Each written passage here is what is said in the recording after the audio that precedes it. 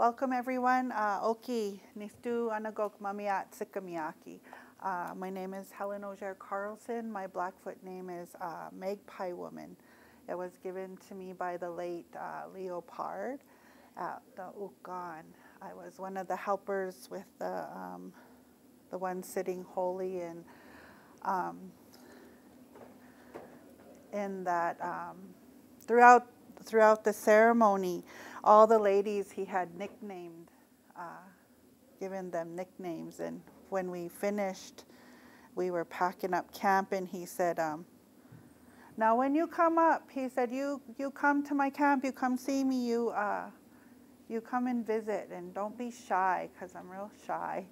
And I told him, you're not going to remember me, because you gave everybody nicknames to remember them. He said, no, because I'm going to give you a name. So he named me right there. It's actually my third name. When I was brought home from the hospital, my great-great-grandma named me Gumski. And I was so proud as a little girl of my name, Moonface. But then I got into school, and you know, it's pretty harsh when we don't know the significance of our stories and so a lot of kids teased me, and that shame was really prevalent. So I stopped using my name till even after I had my children. And then I did a naming ceremony for them, and my father-in-law asked for me to have a name, so my name was given as Anatspumita Biaki, a pretty sky woman. And I just think it's, you know, beautiful that all of my names have to do with that same importance of that woman in the sky. So I'm very blessed to again have those relationships and have that support and love in my life, in my family, in my work. I've been here at the college for 23 years. I started working in educational reform right out of college, not really realizing what it was going to mean for my future. I grew up on our family ranch out on the Mission Lake area to Medicine. Very proud of the way that we've ranched over the years to keep the land really healthy. As a little girl, I remember the grass being so tall, when the wind would blow, it would look like waves. And I'd always think we would be chasing horses, like going 80, and my grandpa drove this big old van, and we'd be chasing horses, and I'd be looking out, watching the grass just blowing, and you know, I don't know, it's just a place that I know is home.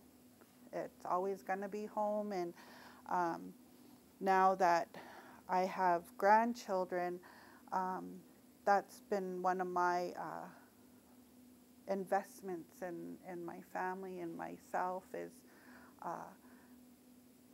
my husband and I now have our own little buffalo herd, and it's all to make sure that I always say, we're just going to watch them and eat them. And they said, well, then you better quit naming them. So, yeah, it's, you know, it's a beautiful life. I was listening this morning to the discussion on mentors and having Nisukwaks, our relatives, and I was really brought up in a way that I had a lot of support. Being the oldest, you always have your uncles, aunties are like your sisters, and your grandparents are like your, and I am a mini boka. Grandparents are like your parents, and even your parents are almost like siblings. And it's a beautiful life.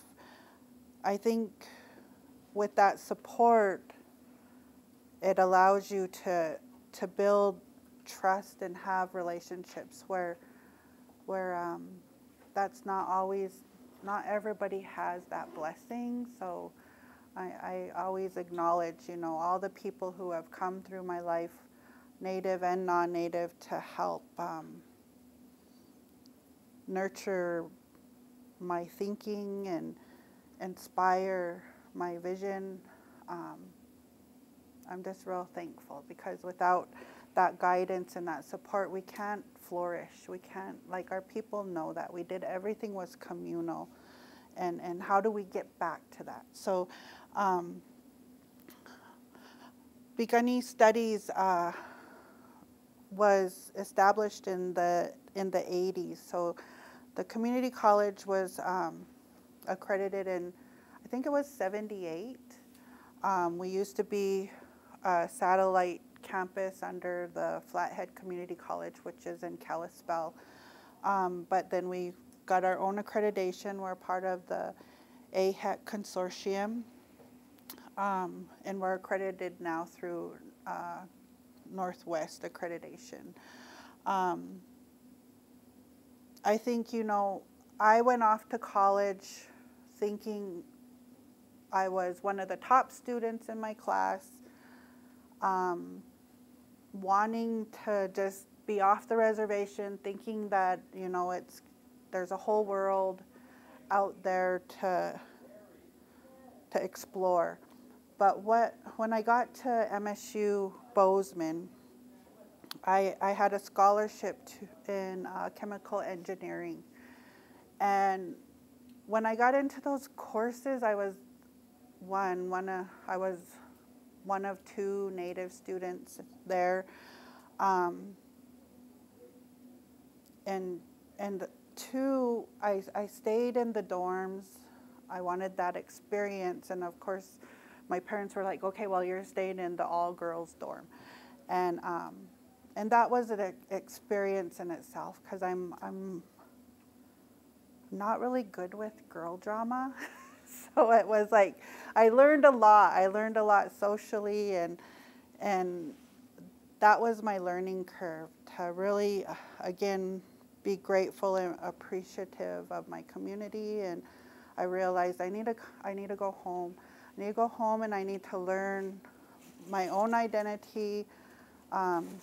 You know, I was taking NAS courses, learning about tribes, you know, all over the nation and North America. And I realized I didn't know my own language. And this is crazy, because we went to Canada a lot for rodeo. And when they would speak the language, my parents would always say, I'd say, what language, like, what are they talking about? And they said, oh, they're speaking Canadian. So I thought it was only for when we went there. And so there were just all these things that I had no connection to, and I needed that. So I came home, came to Blackfoot Community College, and my mind opened up. Everything that felt like a void started to be filled with the courses I was taking in language, the courses I was taking in history, in society. I started to really realize what I needed as a person, as a human, as a Nitsitapi, Siksikaitsitapi. And I appreciated that. So it made me try that much harder to finish, and I went on to get my business degree at University of Montana, just because I wanted to get it done and raise my kids and have a job. I knew I needed to come back, and when I applied here to work, I really didn't understand, again, like, we have that gift and that calling.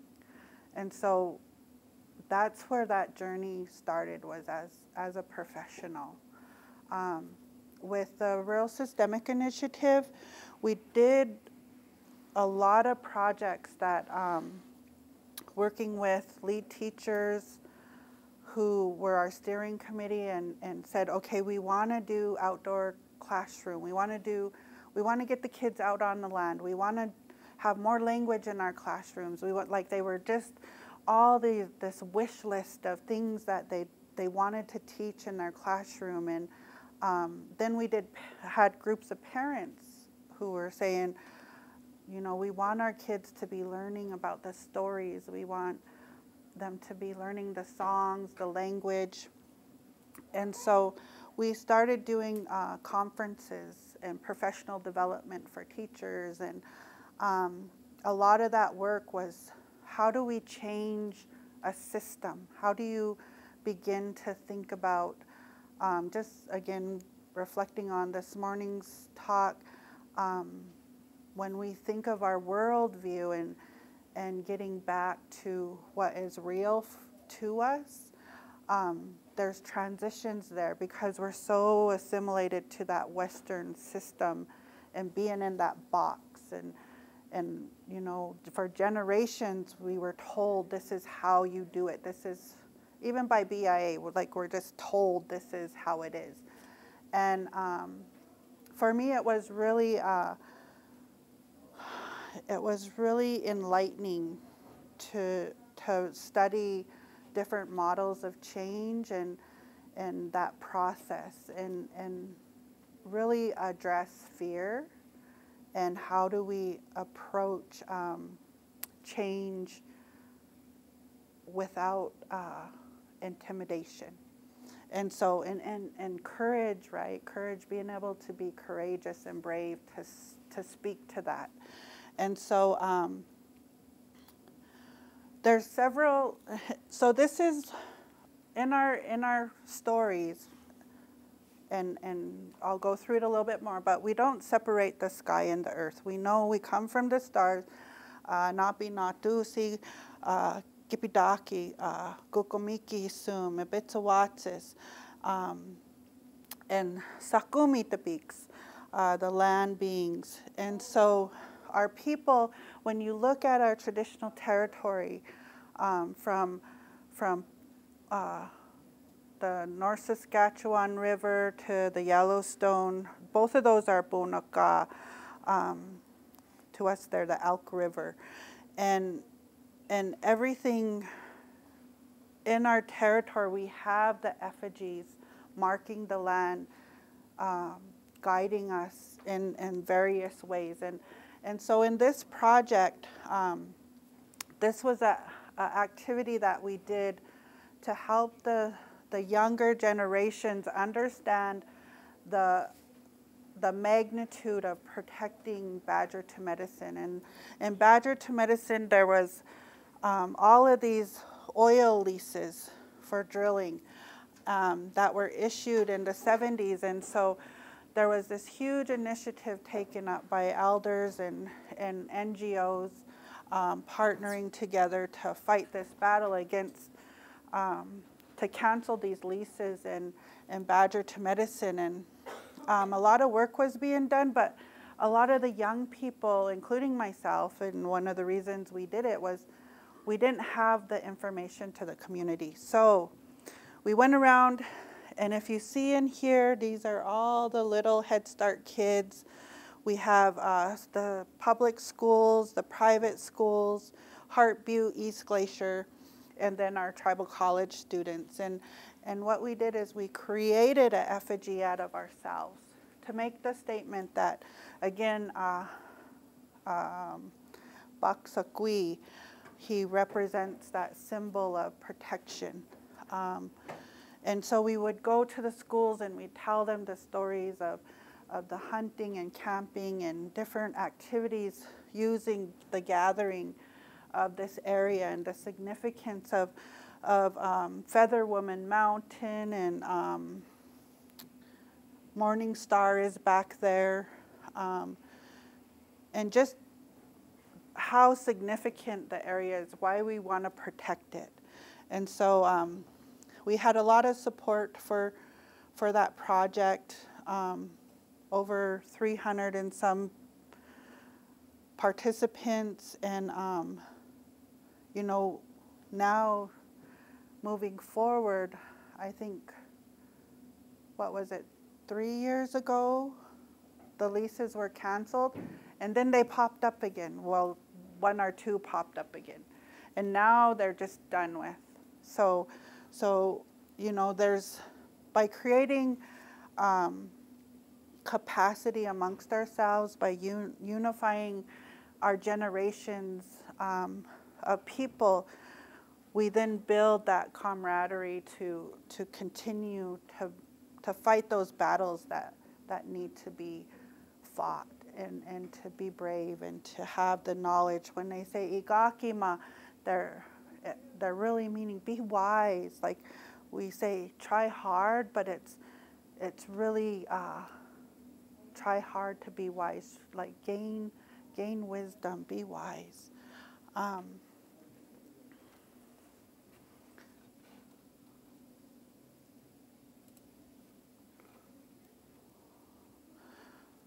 Just really quick, we did a lot of culturally responsive science.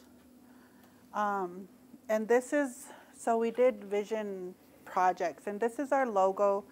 Again, the Painted Lodge being significant to Sixagate Sitapi, understanding that this is where we nurture, even before we're born, nitoyes, that place that we create, that security, that family system, and being able to mentally develop. And then ini, as we get into that age of young adulthood, we're discovering those gifts. Again, we all are born with a gift from Istabata Biop. How do we self-actualize those gifts and become physically strong? And then the headdress, the leadership. Once we understand our gifts, we then become responsible. So this is where Bumoxen comes in, transfer, being able to, when we go through transfer, we know we're taking on responsibility. We're accepting, we're asking for that responsibility to learn and then to teach on forward. And so we have this process in place for our learning, for our emotional health, well-being, and then of course nenastaku, that spiritual growth.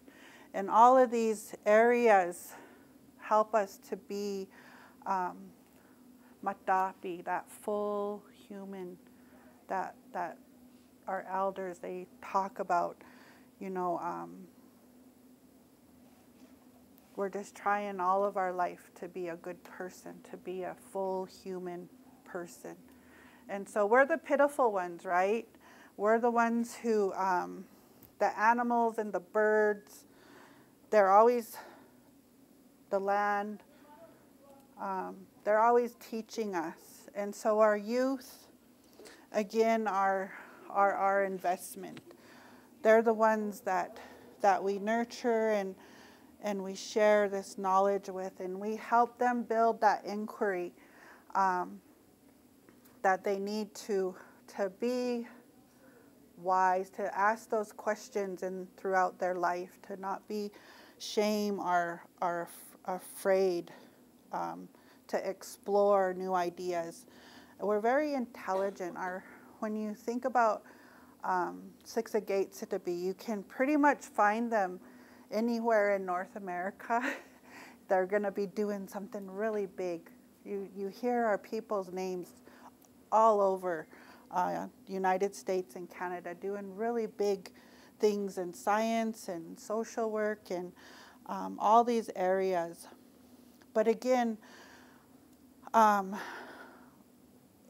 way that we teach, the way that we treat each other, all of those systems are what build that confidence to help us self-actualize in all of the areas that we need to have well-being. And so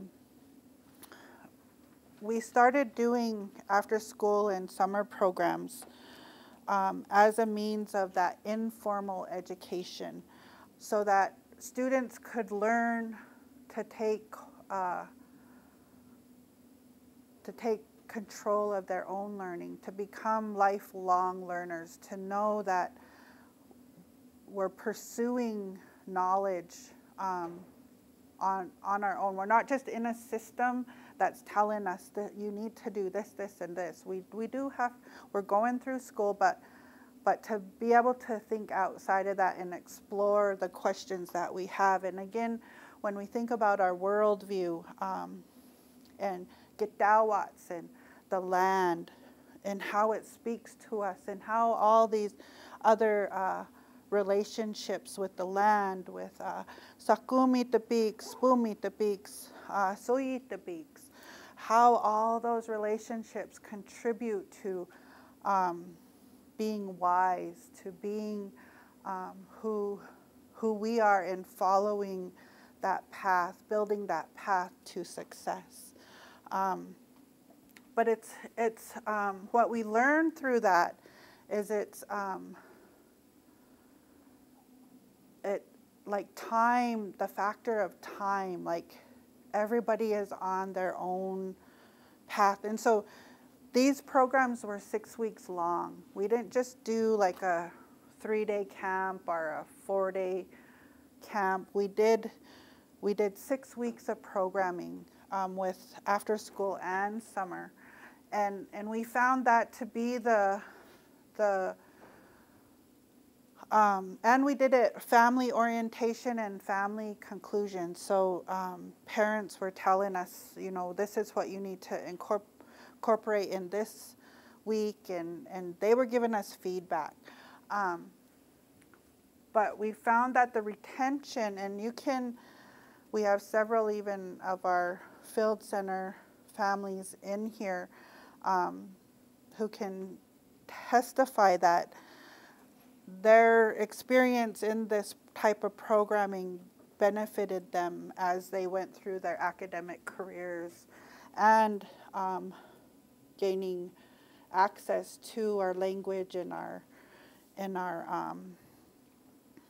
ceremonies, to our elders, indigenous technologies. So one of the components of our programming also includes technology with raw materials. Again, going back to those relationships with our plants, with our flora and fauna, being able to make our offerings before we take life, to be able to have that life contribute to the strength of our tools, and then to, again, connect this technology with today's technology. And what's really important here is that ethical relationship. We know now with social media, like there's so many hurtful, negative things that happen on social media. However, in this process, when we teach this process of using technology for purpose, for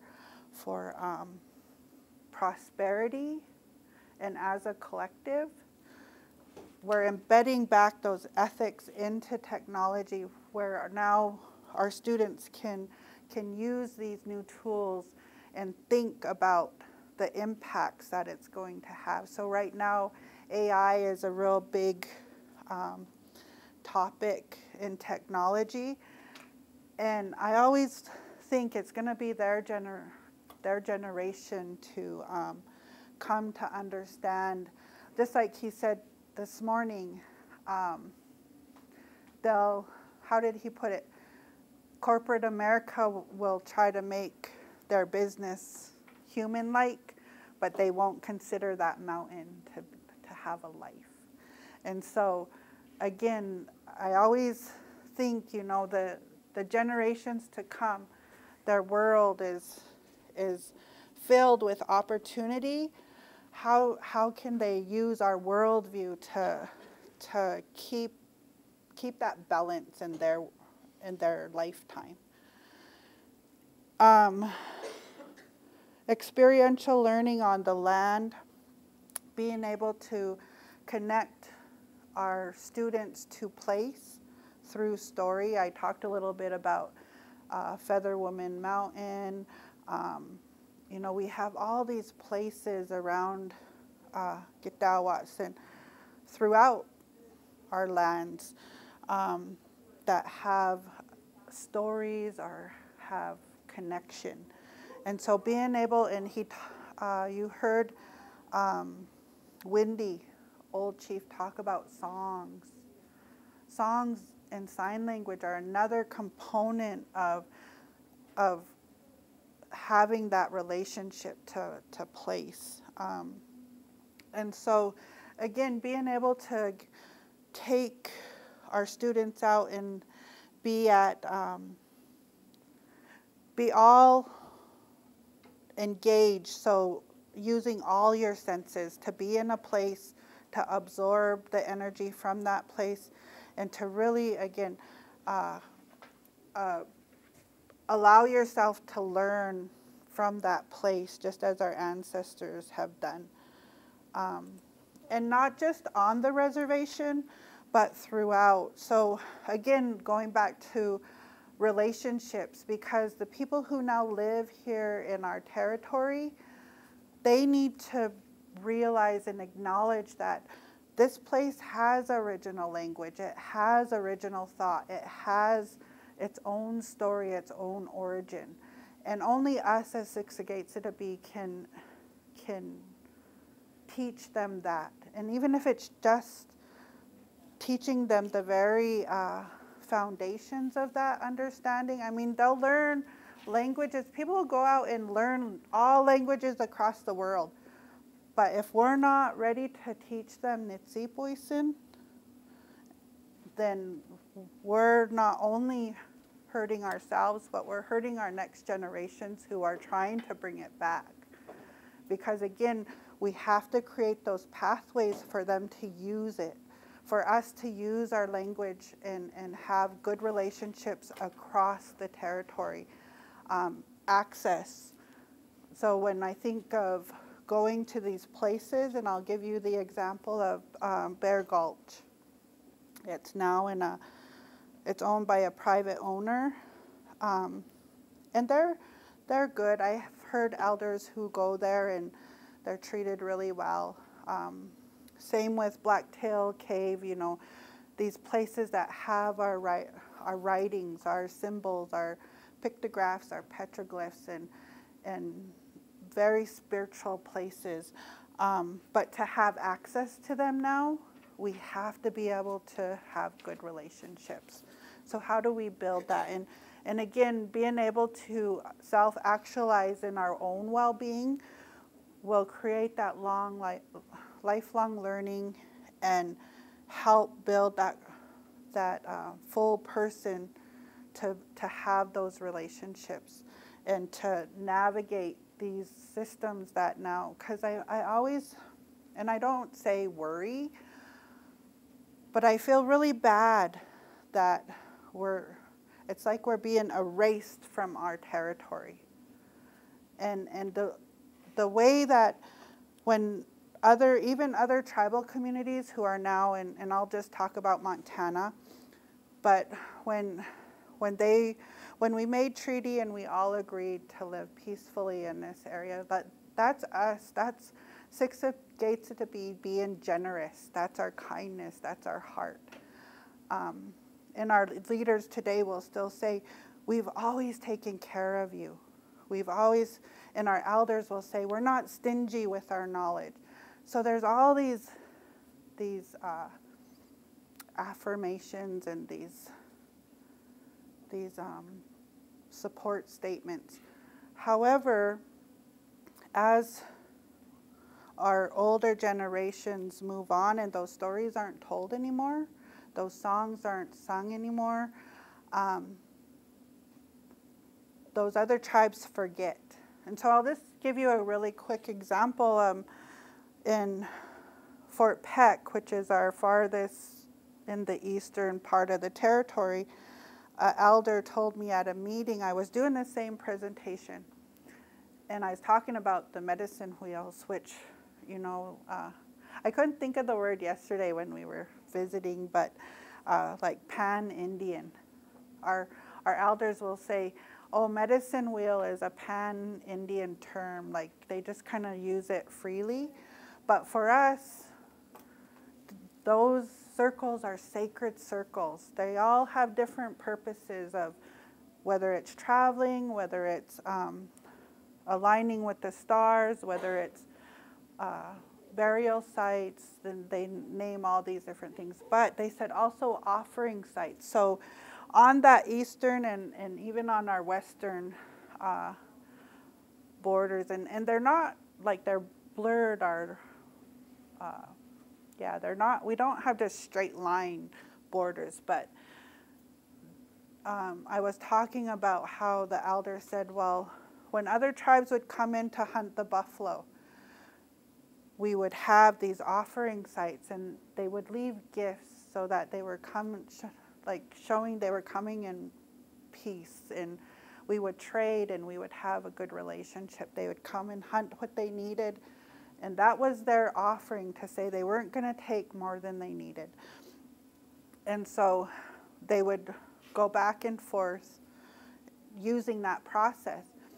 And Johnny Bear Cub, she's one of the elders in Fort Peck, she come up to me after that lecture, and she said, you know, my grandma told me that story, and she told me how, she described how those circles on the ground, what they were for, and she said exactly that we would leave offerings so that the Blackfeet wouldn't fight us or kill us off.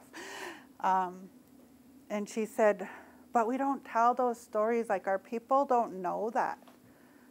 And I said, and so how do you guys describe these, or how? And she said, I don't know, they're claiming them. And I said, making up their own stories? She said, well, and I said, well, I'm just acknowledging it, right? I think, again, but that's our responsibility as Siksagate-Sitapi to not let our ways be erased, to have these conversations with our relatives and the newcomers. You know, it's up to us. It's up to us not only to learn the language, but to be able to have good relationships and tell the stories. So lifelong learning, we'll never know it all. We'll never, because those relationships are always changing. Okay, I'm gonna go to the next one. Any questions or any thoughts? No? When you said technology, what's your Blackfoot word to use that? This technology. I'm not a fluent speaker, so I usually, you know, we have a taxa-data sheet where we worked with the elders, and they said start with 25. And they said do shrubs, plants, mammals, birds, and trees.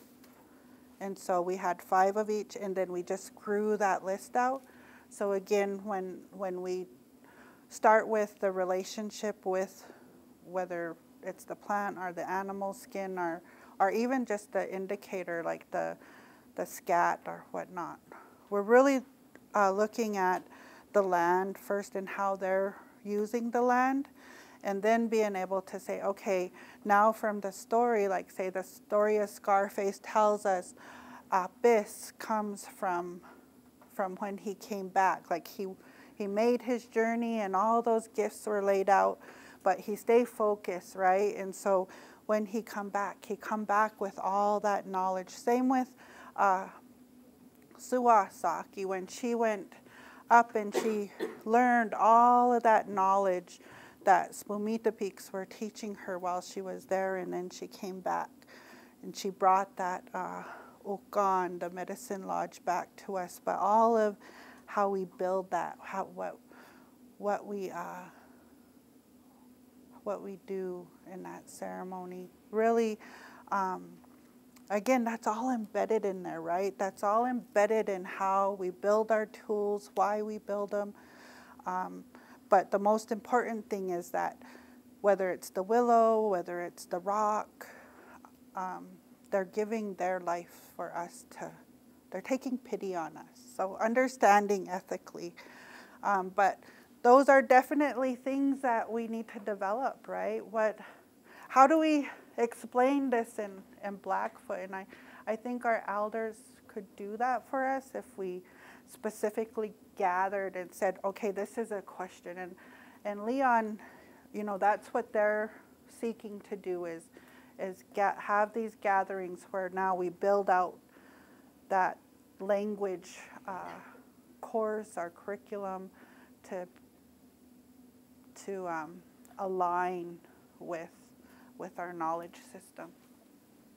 This was one of our projects, and again, we're transitioning into the curriculum.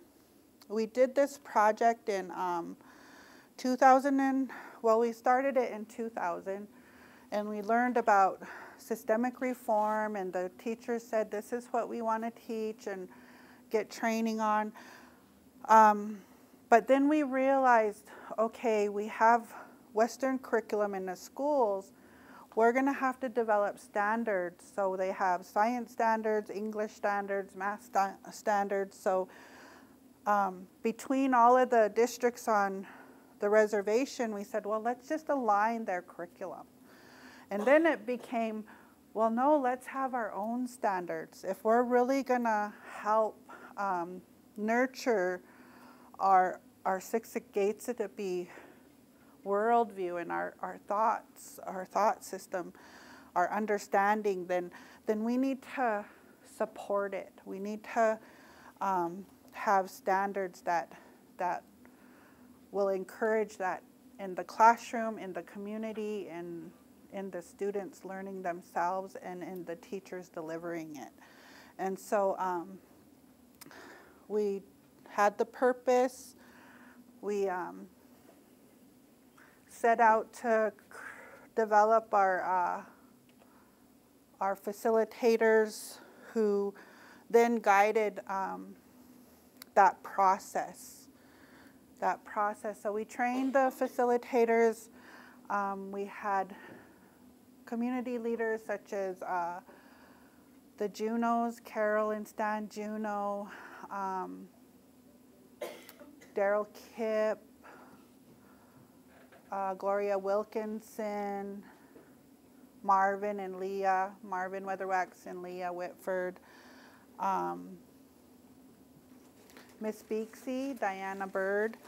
So we just had these amazing leaders who then sat down and they said, okay, this is how we want to do it. And they just made us work. Oh my gosh, we were just working. We looked at the Alaska standards and we said, okay, this is kind of what they did. And then they took that and they said, okay, well, this is how we're going to do it. We're going to have a team of high school student councils. We'll have a team of business owners, a team of principals and superintendents, and a team of community leaders. And then we had them all review each of the standards. Oh no, this is too big. Okay, so I'm gonna start. So we took them through this process of, okay, if we're gonna change and improve STEM education, then we need to address that system and how that system works. And so being able to understand how we react to the system, how we engage in the system. And so we went through Beverly Anderson's stages of change and what those stages are. And then we also started to dig a little deeper, and in order to move through these stages, you have to address these elements. And you create the vision, the shared vision, what is the public and political support,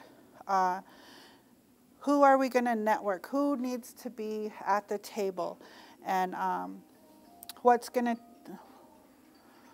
is curriculum and professional development, what is that going to take? And then, of course, your administrative, like everybody has to buy into the new system. And so how does that happen? How do we address those areas? And so, again, here's those stages defined as you go through understanding, okay, and evaluating, okay, what stage are we in as we're working through whatever it is that you're trying to change. Policy alignment. You know, I was one of the I was one of the worker bees when the initiative was first created, as we're a grassroots movement. But again, I think what I really learned through my skills I was never really a big politician. I actually graduated from U of M in the business school with business administration, information systems, and management. And I really thought, oh, I'm going to go home and I'm going to run for council. But I found my place real quickly, not because I didn't want to be on council, but I found that in education we can make a lot bigger impact by helping to create learners, to inspire their learning journey. And so again, politics, I never really thought I was political, but now I'm realizing I don't have to be a Republican or a Democrat, because I'm Piikani, and whatever we need and whatever party's gonna help us with that, then that's who I'm talking to. But policy then is different, because we need to create that policy. When we think of Six of Gates, it'd be thought process, aligning that policy. And we used to say, when we first started, they would say, oh, integrate. We're integrating Western thought and Native thought, and we're finding common ground. That philosophy and that theory now we have a lot of publications out there. We have a lot of, especially Six of Gates to be scholars who have published their work. And we no longer have to fit into that, our what did they say, juxtapose? Can't even say it. But where you mesh them together, we now have the opportunity to be in full parallel with both those systems recognized, and both of those ways of thought equally important. And so now you'll see a lot of work like Robin Kamira really pushes the idea of, and so does Leroy Littlebear, and Reggie and Rose Crowshoe really pushes the idea, let's align, how do we align these knowledge systems so that they support each other and they complement that learning process. But policy is crucial, because that's the sustainable area that people will fall back on to be able to move forward. Like that policy kind of helps you keep moving forward. And again, that's why standards are now being looked at, especially as we develop our language programming. At what point do we agree, because again, it's a collective of all of our bands, to say, at this point now you're considered fluent. And I'm jumping from 0 to fluency, but what are those benchmarks in between there that we need to reach? Like, we need to decide that together. And so this is why these standards are a good framework for that type of work. Because one, it was all community-based, it was participatory in how we developed them, how we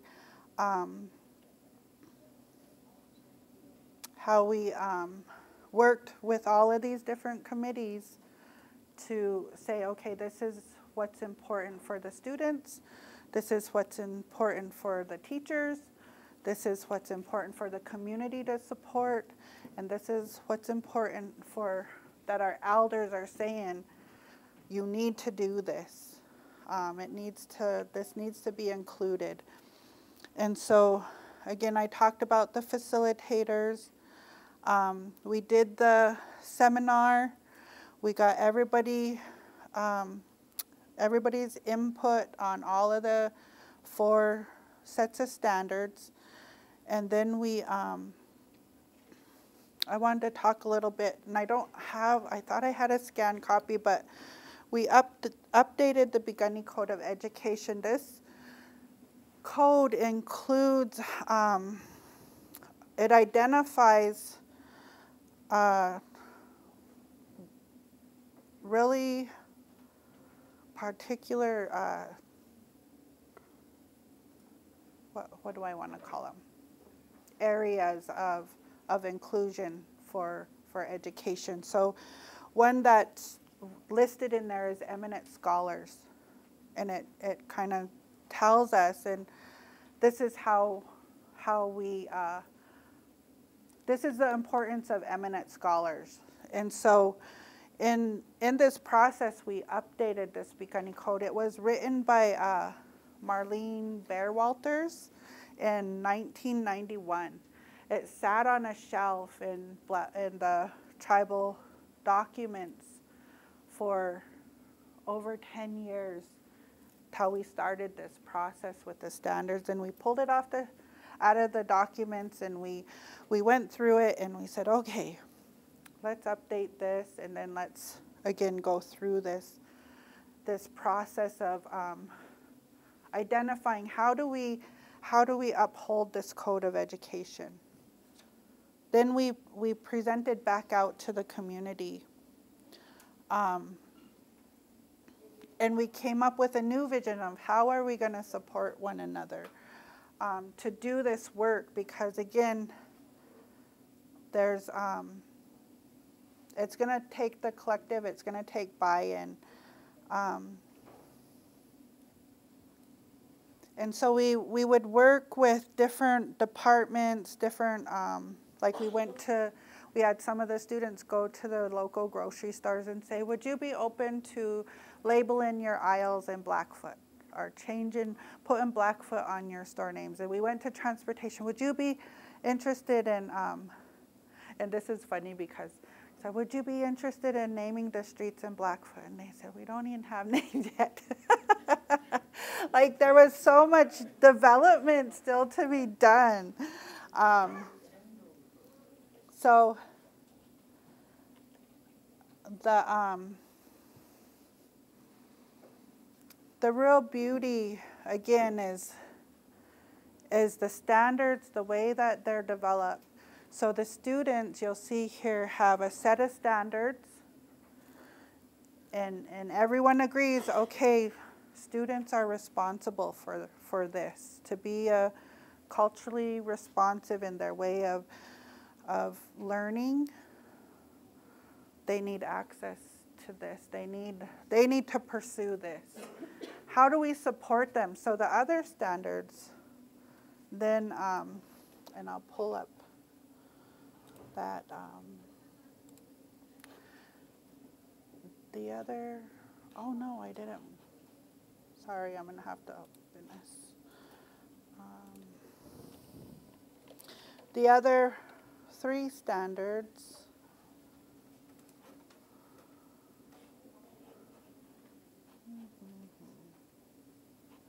Just gonna download it.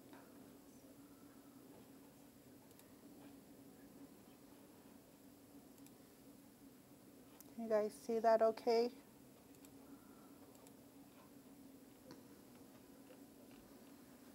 Oh no, it's gonna make me do every one. Okay.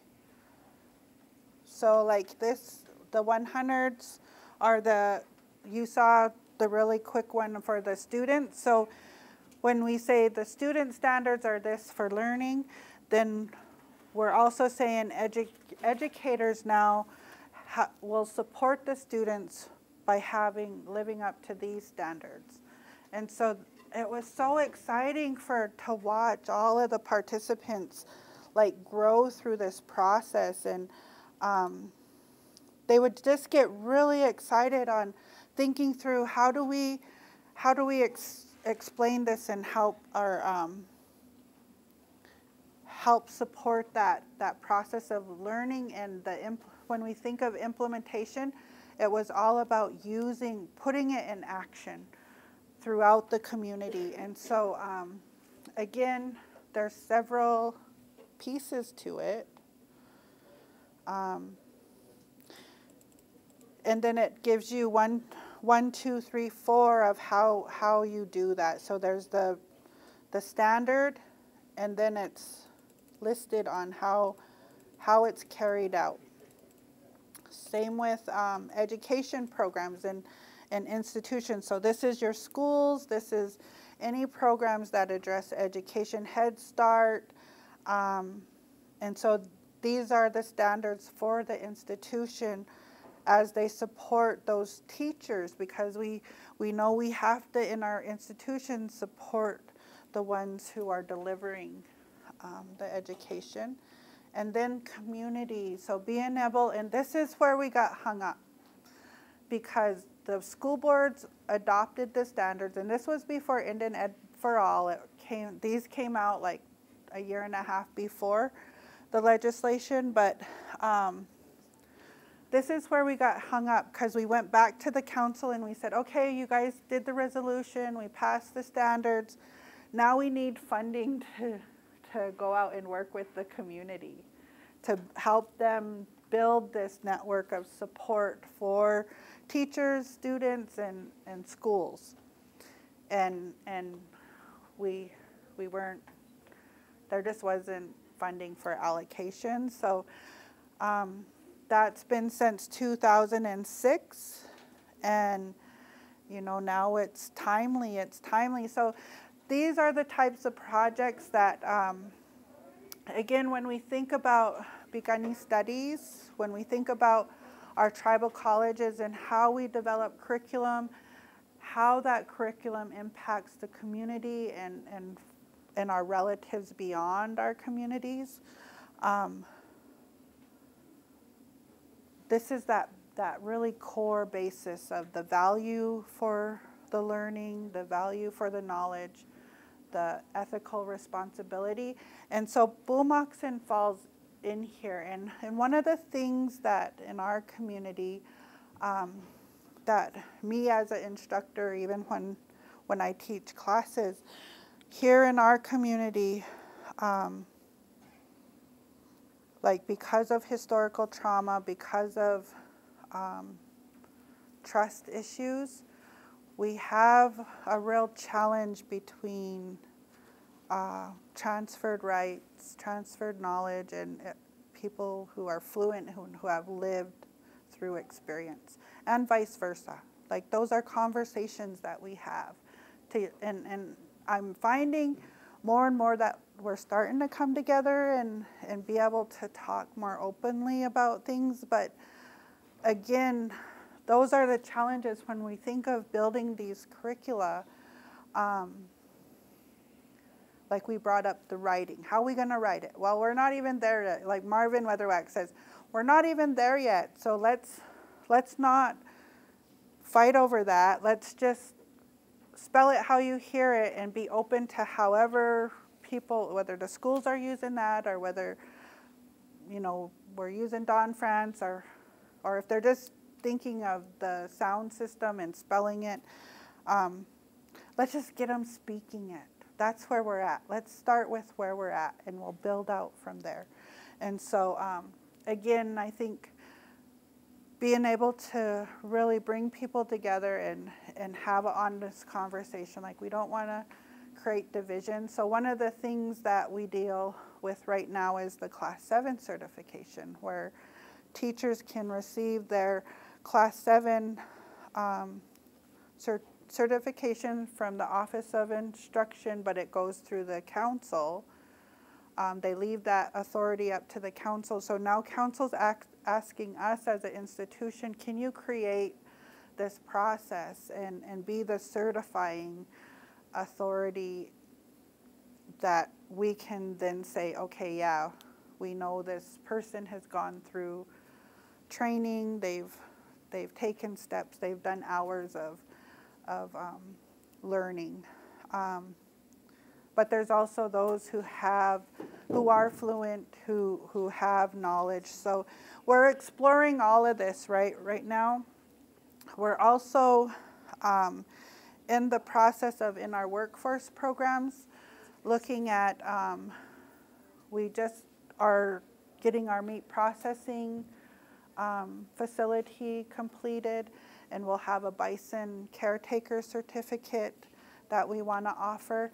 And I was just appointed division chair. I've worked in development for over 15 years now here for the institution, and they just recently appointed me the division chair for Piikani Studies. And all while I've worked in development and working with faculty and hearing, oh, we're going to have a 4-year this year. Oh, this catalog, we're going to have a 4-year. And we have a 4-year bachelor's program for nursing. But when I was appointed, I said, okay, I want to have a 4-year with emphasis or a 4-year land program with an emphasis of geoscience, like the mapping, the spatial, like the technology pieces, tying back that knowledge, and a 4-year in language and leadership. So going beyond the Class 7, where our language program isn't just targeting teachers, but it's a leadership, so it can enhance that professional career. It can guide our students to be those leaders in the language, whether they're entrepreneurs, you know, no matter what background they want to go into.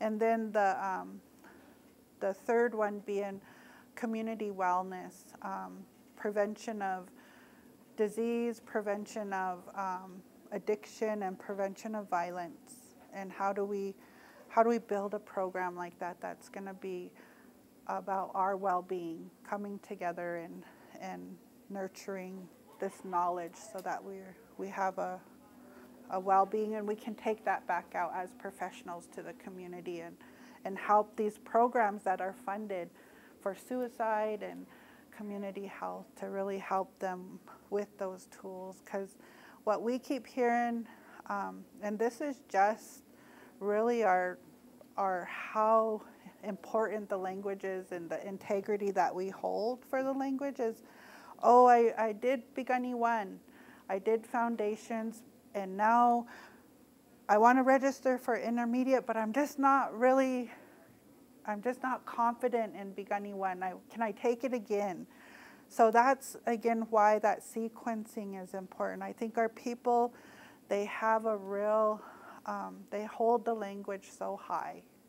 And how do we address, like, that's that inquiry process, them using their voice to say, I need more time, I need, like, there's a gap there. So how do we help them fill that gap? What does the curriculum look like to help them fill that gap? So again, I just think we have a little bit of time just to do roundtable style, like share your thoughts.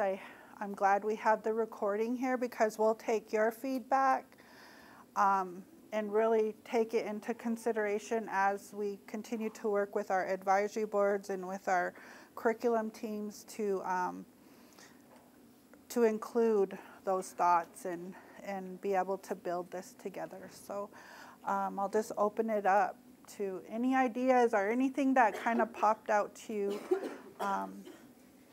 Let's just have a discussion. Anyone want to start? So what did you guys decide if somebody's taken Blackfoot 1 and they're not confident to go to the next one, how did you guys go about that? So one of the things we did, and it changed, it's in the process of changing. So we are currently offering free tuition for Piikani Foundations and Origins, intermediate language or intermediate Piikani, and advanced Piikani and sign language. So those 4 courses are tuition free, or they just changed it, and so that's something I just found out like last week, but I'll be going back to the table for that. But I think creating access is what that did to help our community members who maybe already have their bachelor's be able to come back into the college and take those courses and only have to pay the fees. And it helps the students who are, going after their 2-year degrees, and they don't have to, they'll get some of that Pell back, living expenses.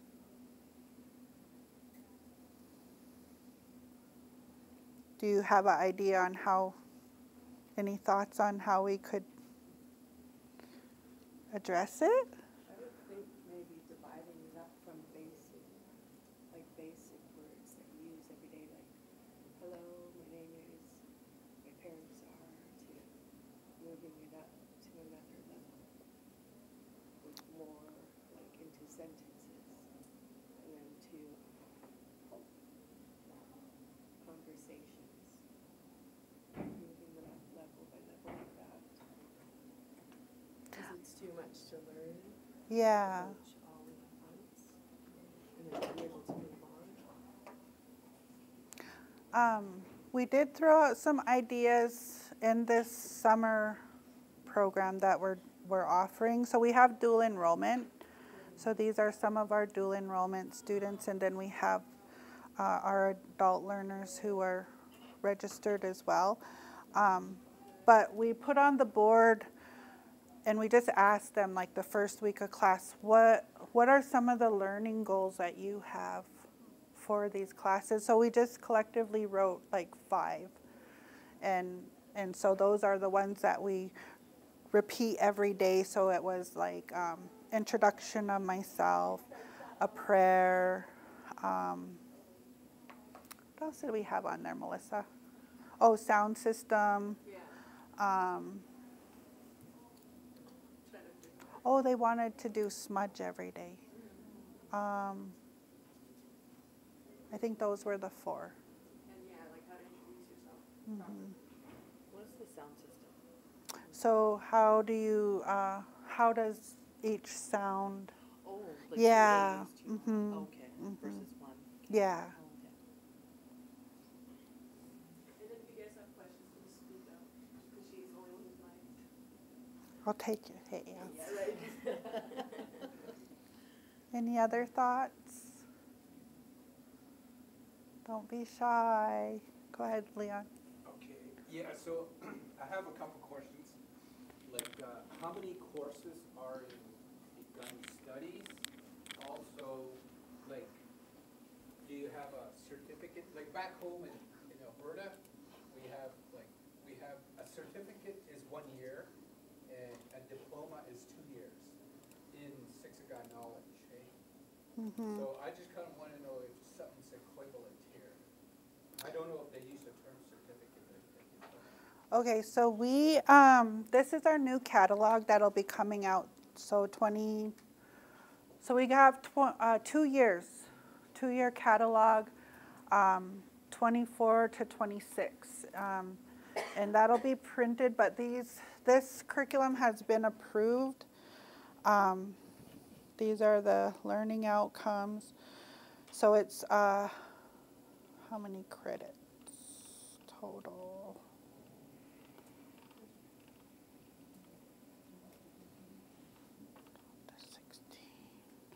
Sorry, I don't have a total credit. I have a planner on here. So of course we take our core courses, writing, public speaking. Now I think we can actually trade out this course, science without a lab. Then we have intermediate history. So this is a core, and then of course your math, and then science with a lab. And then on your second year, again, you have a choice of, it's mostly NASX or PKNI courses. And then your last semester. So what we did with the writing, I pushed this, I pushed to change the NASX 280. So there was just 2 courses. So this NASX 280, I went to the curriculum committee and I said, they were requiring that we take the college writing and then another writing before they could take this indigenous research. And I said, why would we have to take, why do our students have to take another English class? I would like to propose that instead of taking this 201 again, before we can even get to this research, and they had it in the last semester, I said, we give them the option to take research in the first semester of their second year. That way they develop their research question that can carry them through their academic career. But we also include writing. So however that student is learning the language, that this research incorporates the language however they're going to write it. But they're able to have that process of thinking through their research and explaining it in the language as well. So those were some of the changes, I think. And again, I kind of mentioned the sign language, the 3 hours there, like how, and there was one more. Oh, this Intro to Native American Literature. So a lot of this, our advisory board is saying, why is it indigenous and why isn't it just Piikani? And the reason is because this NASX transfers, but this is what I told the curriculum committee, which is the division chairs. I said, I'm open to leaving NASX there so that our students have the opportunity to have that college campus experience because we don't have dorms. So if they want to leave and they want to transfer, then let's keep those articulation agreements in place for them. But once we get to 4 years and we have 2 years to build it, once we get to the 300 and 400 level courses, they're all specific to Siksikaitse or Piikani. And they'll all be PKNI, and all of your departments will funnel to those. So they all agreed, and now we're even looking at like in the elementary ed. So there's the 3 programs that I proposed, but elementary ed is also thinking, how can we revamp our 2+2 with Dylan and do a 4-year in Piikani. Who else was, environmental science, so math and science is they're developing a 4-year degree in environmental science. And so we're also looking at that pathway. How do we incorporate more of these courses into their program of study as well? So not like we're not in silos, like kind of taking out the silos between divisions and putting this knowledge. But again, it's requiring us to do audits on the syllabi and again it's teaching at the same time. So it's a lot. Our Piikani Studies department, we have Jesse DeRozier and Marvin Weatherwax. We've brought on language aids, and so now we're pairing Jesse with Laura to have a male-female, and Marvin with Angel to have a male-female in delivering those courses. And we're just playing with things and trying to support. You know, Marvin and Jesse are kind of the elite in the community. They're called on for a lot of community events to either do the prayer or MC or and so even on campus we organize the Days of the Piikani and the Bear River commemoration. And so our department is just really heavy on whenever they need the Indian, they go to Piikani Studies. And I'm really been adamant about talking to all of the divisions and departments about it's not just Piikani Studies responsibility, like it's all of our responsibility. We have students in the public schools and in the private schools now who are graduating high school, going through immersion classes that are going to want all of us as faculty to communicate with them in Nitsipus. And so how do we do that? Like you can't just box it all into Piikani Studies. It has to be across. It's our mission. It's our mission, and how do we support each other to do it? And the other thing I really been vocal about is we can't speak about our way of life as in the past. It's very much alive today. We have our youth speaking. We have younger speakers. We have fluent speakers. You know, how do we help them bridge and support all of that learning together? So I don't know. I'm just reaching out to all of you and whoever wants to, has thoughts or ways that we can support that. But definitely, again, trying to always be cognizant of we're unifying, we're not dividing. Like let's not build something that's gonna further divide our people.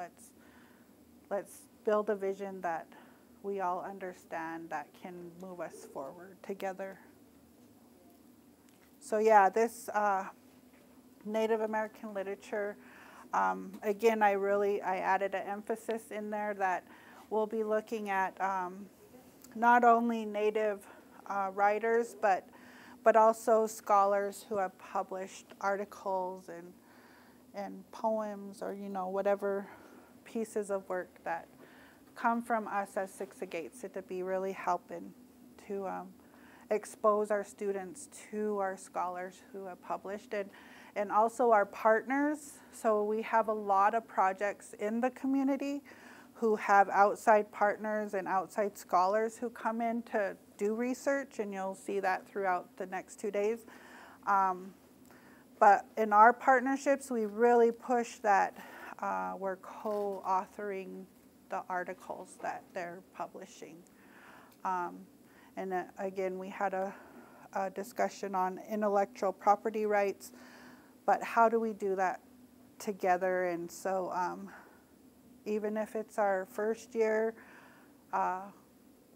community college student publishing with a PhD student, if that knowledge, if that student is doing the legwork in our community and helping navigate those networks, then they deserve to be recognized on that publication, not just as a participant, but as part of the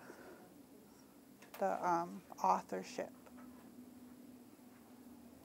And it's worked out well. I think we just have to identify, though, what those expectations are. Any other thoughts? Tell me how to do this work, please.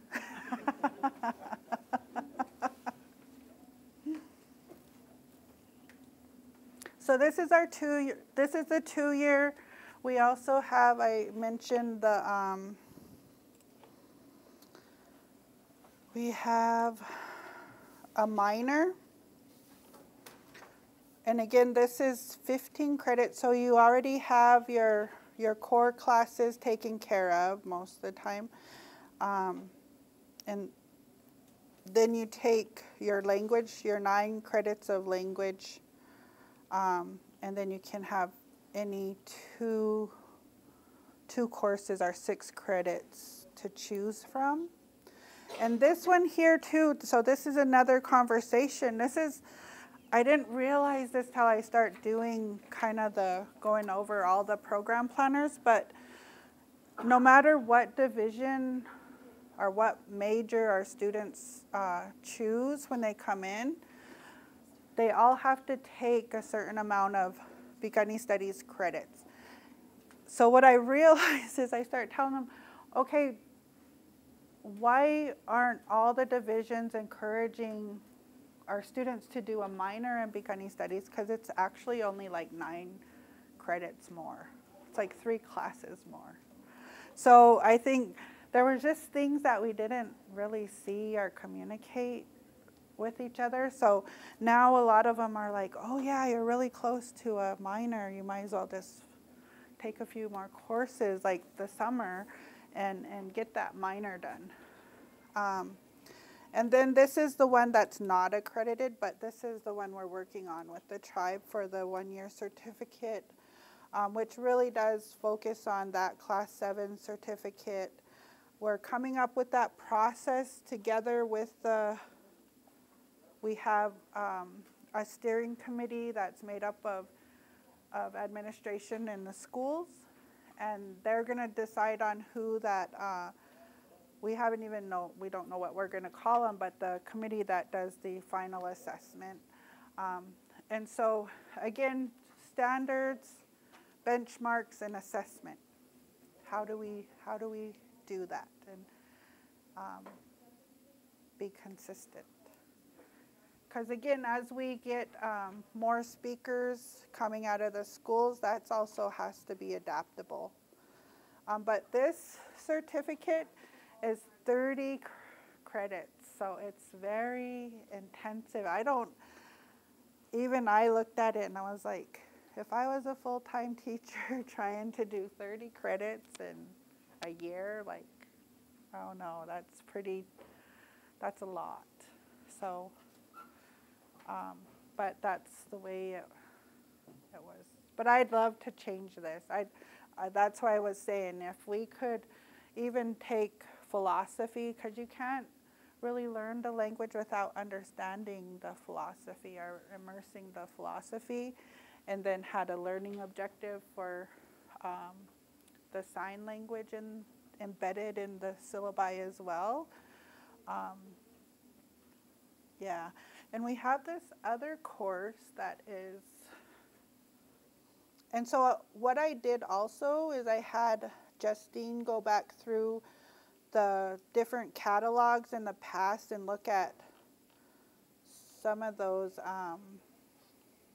old courses that are no longer offered, but how I know a lot of our elders had input in developing those courses. So what was the other one? I think it's philosophy and humanities.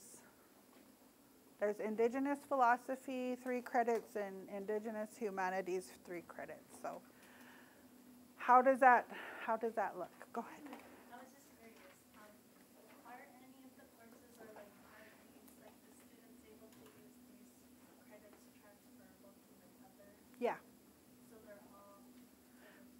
Yeah, so that writing course, that's already in the,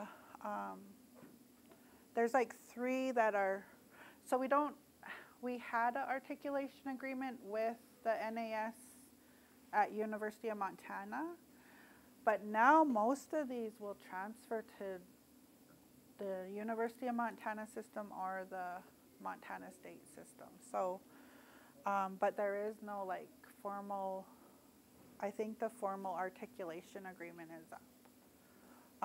What's interesting is we have our students actually transferring to these university systems, and they're teaching language on their campus. I mean, it's really exciting. Mm-hmm.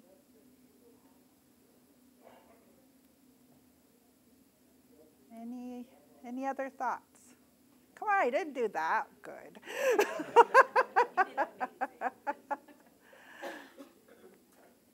Well, think about it, email me, send me your thoughts. I think, we got lots of work to do, but it's always easier to get the work done when you have input, and there's always someone who comes up with a way to make it a little more transparent and help make it make sense. I want to say easier because nothing's ever easy. If it's important, it's never easy.